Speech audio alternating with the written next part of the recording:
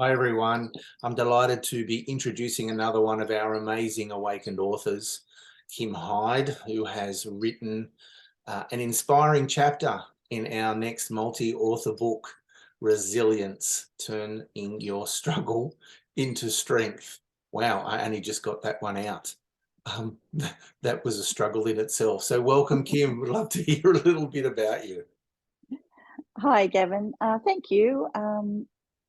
I'm really happy to be here. A little bit about me. I'm a mother, a grandmother.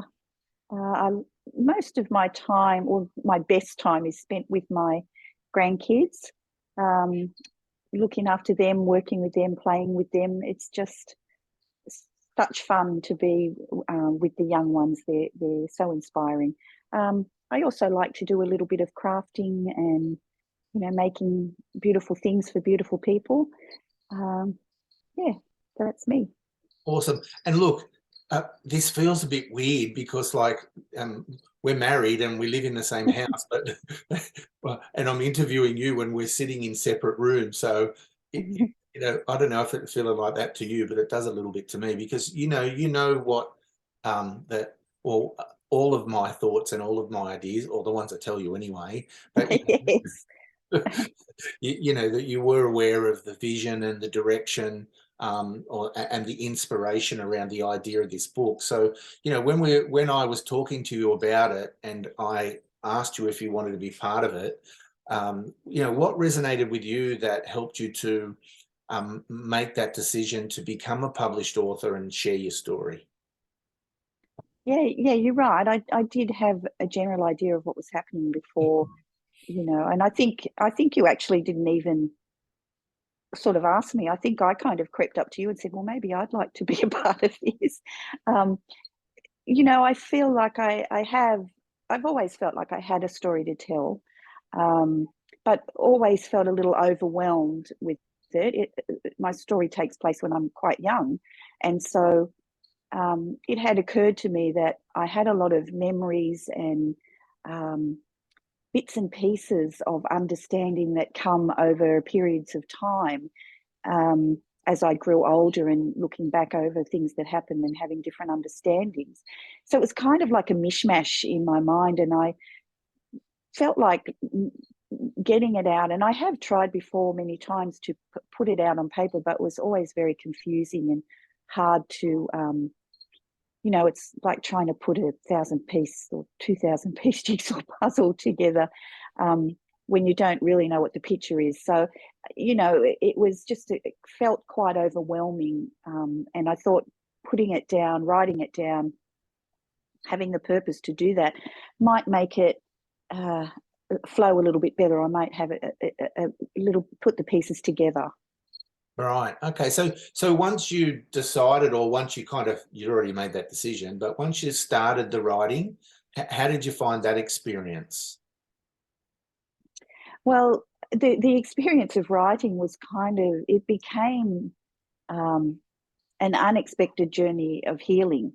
I didn't expect it to be a healing journey. I probably felt like I'd already done a lot of healing around the thing I was writing about. Um, Surprised, that probably is never over, but it became a healing journey for me, and that took me by surprise. I didn't expect that. Um, so at times it was difficult, but I found it also very enlightening in the terms that it lightened my load a little bit about it, or lightened my memories a little bit. That's a really good way of putting it, because I know that you really got into it and you wanted to get it done and you wanted to get it completed, and you're really disciplined when you make that decision to kind of get it completed. But what did it mean for you to maybe have that unexpected healing, and the things that you experienced? Well, there are a couple of different things. Firstly, um, after I had written the piece and suddenly thought, oh, this is going to be published and people are going to read it, um, I figured I needed to have a conversation with my children, who are grown now. My daughter knew pieces of the story. My son didn't know very much at all. And that was mostly because it never seemed appropriate. They never seemed to be at an appropriate age. And when they got to an appropriate age, it never really came up. And so it came up now. And so I offered them to read, which they both did, that read my chapter, because I thought I should do that before it was published. So they both read it, and it was wonderful. We had some long conversations after they had read it, particularly with my son. There was a lot that he had not known and didn't understand, and was a little taken aback at first, but explained to me also, after getting over the initial shock, that it was helpful in having him understand why I did some of the things that I did, choices that I made while he was growing up, and why I am the kind of person that I am and have the beliefs that I believe. All of those things, it gave him a deeper understanding of me, and it gave us a stronger bond. And the same with my daughter. It gave her a very different understanding to hear exactly the story from start to finish. So that was one really great healing adventure, or really wonderful thing that happened. It created a greater connection to my children. But also, as I was writing the chapter, my chapter is in my chapter. I use the metaphor of the Australian wildfires, the bushfires that we have regularly in a cycle in Australia, and how we need the intensity of the bushfire to open the seeds to create new growth in the bush. It's how the bush survives. So I kind of had that metaphor and tying it to the understanding that the things that happened in my life, where I needed to call on my resilience to get through them, to recognize that getting through those things and fighting those wildfires, or not even fighting them, getting through them and seeing that and understanding that there would be new growth after.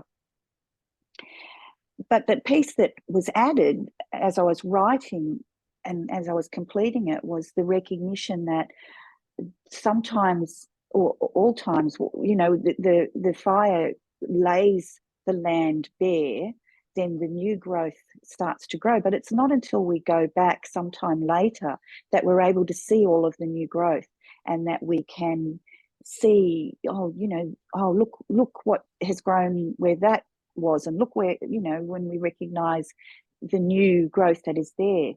So I recognize that, this is an ongoing thing in my life. And when I come back and look from a different perspective, I can see the new growth that's occurred because of it. So more and more, I can see the beautiful things that have grown out of the blackness that the fires caused. Awesome. And look, I really appreciate you sharing, because that is a fantastic perspective. And I know that I've read your chapter, and I really appreciate you sharing. So, Kim, just in kind of finishing off, what would you say to someone maybe who was a little bit like yourself, a little reluctant, they've written that they know that they had a story, they've written some things but maybe couldn't get completion? What would you say to someone that might be similar to you, that's sitting in that situation about writing a chapter in a multi-author book? Yeah, look, I would say take the leap and start. I procrastinated a lot about it, with the feeling of overwhelm and feeling that, I don't know how to write, I'm not a writer. But I think taking the advantage, for me, the opportunity of writing in a co-authored book seemed to be perfect, because I didn't have the pressure of a whole book to write. It was just one chapter. And along with joining that, I had the support of other people in the same position as me. Hearing about their struggles was helpful to me to recognize that I wasn't alone in that, and that was a pretty natural and common thing. But also to get the help and to be shown some tools to help me kind of create a structure to write under. You know, I think that's all helpful when you haven't, I haven't had any training, but I think with the help that I had, and with the fact that I only had to write a chapter, I didn't have to write a whole book, enabled me to put together something that I'm pretty proud of, and never thought I'd be able to do. So yeah, I would say, you know, it's a great way to enter into, even if you want to still write a book, a whole book, writing a co-authored book is a great way to start, because it's a great introduction to, you know, okay, so if I can write one chapter now, I just need to expand it out and to write a whole book. So yeah, that would be my advice. Have a go. Fantastic. And it's music to my ears. My ears? Is that my hearing and my ears at the same time? It's music to my ears to hear that you're proud of yourself for the work that you've done, because I'm certainly proud of you too. So appreciate your time. Thanks for introducing yourself. And, you know, I know that we're all excited about the build up towards the launch. So we'll be speaking with you again really soon. Well, thank you. And thank you for the opportunity. Oh, you're welcome. So what do we say? See you soon. See you soon. Or something like that anyway. Okay. Oh, that's the one. Bye for now. Bye for now.